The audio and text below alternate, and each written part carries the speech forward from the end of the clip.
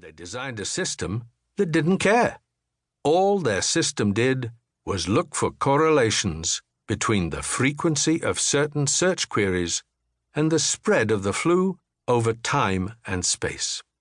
In total, they processed a staggering 450 million different mathematical models in order to test the search terms, comparing their predictions against actual flu cases from the CDC in 2007 and 2008.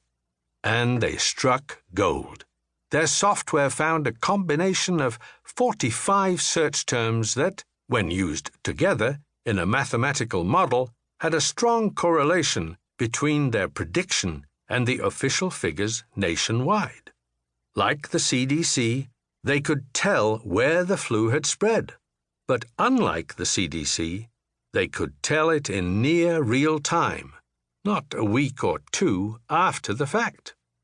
Thus, when the H1N1 crisis struck in 2009, Google's system proved to be a more useful and timely indicator than government statistics with their natural reporting lags.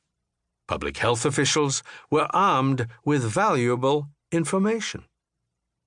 Strikingly, Google's method does not involve distributing mouth swabs or contacting physicians' offices. Instead, it is built on big data, the ability of society to harness information in novel ways to produce useful insights or goods and services of significant value. With it, by the time the next pandemic comes around, the world will have a better tool at its disposal to predict and thus prevent its spread. Public health is only one area where big data is making a big difference.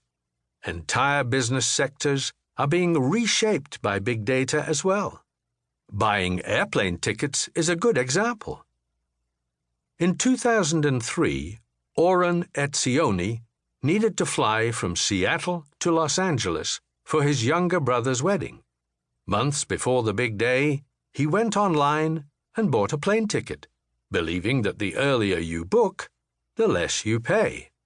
On the flight, curiosity got the better of him, and he asked the fellow in the next seat how much his ticket had cost and when he had bought it.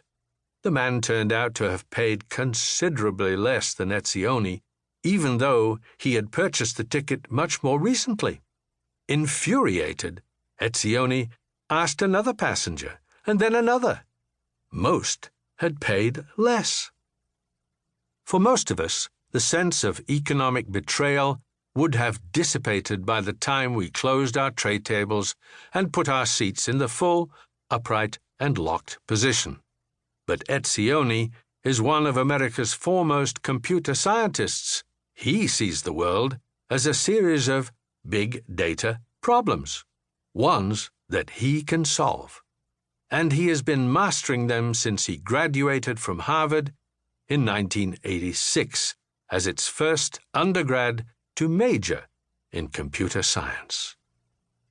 From his perch at the University of Washington, he started a slew of big data companies before the term big data became known. He helped build one of the web's first search engines, Metacrawler, which was launched in 1994 and snapped up by InfoSpace, then a major online property. He co-founded NetBot, the first major comparison shopping website, which he sold to Excite. His startup for extracting meaning from text documents, called Clear Forest, was later acquired by Reuters. Back on terra firma, Etzioni was determined to figure out a way for people to know if a ticket price they see online is a good deal or not. An airplane seat is a commodity. Each one is basically indistinguishable from others on the same flight. Yet the prices vary wildly, based on a myriad of factors that are mostly known only by the airlines themselves. Etzioni concluded that he didn't need to decrypt the rhyme or reason.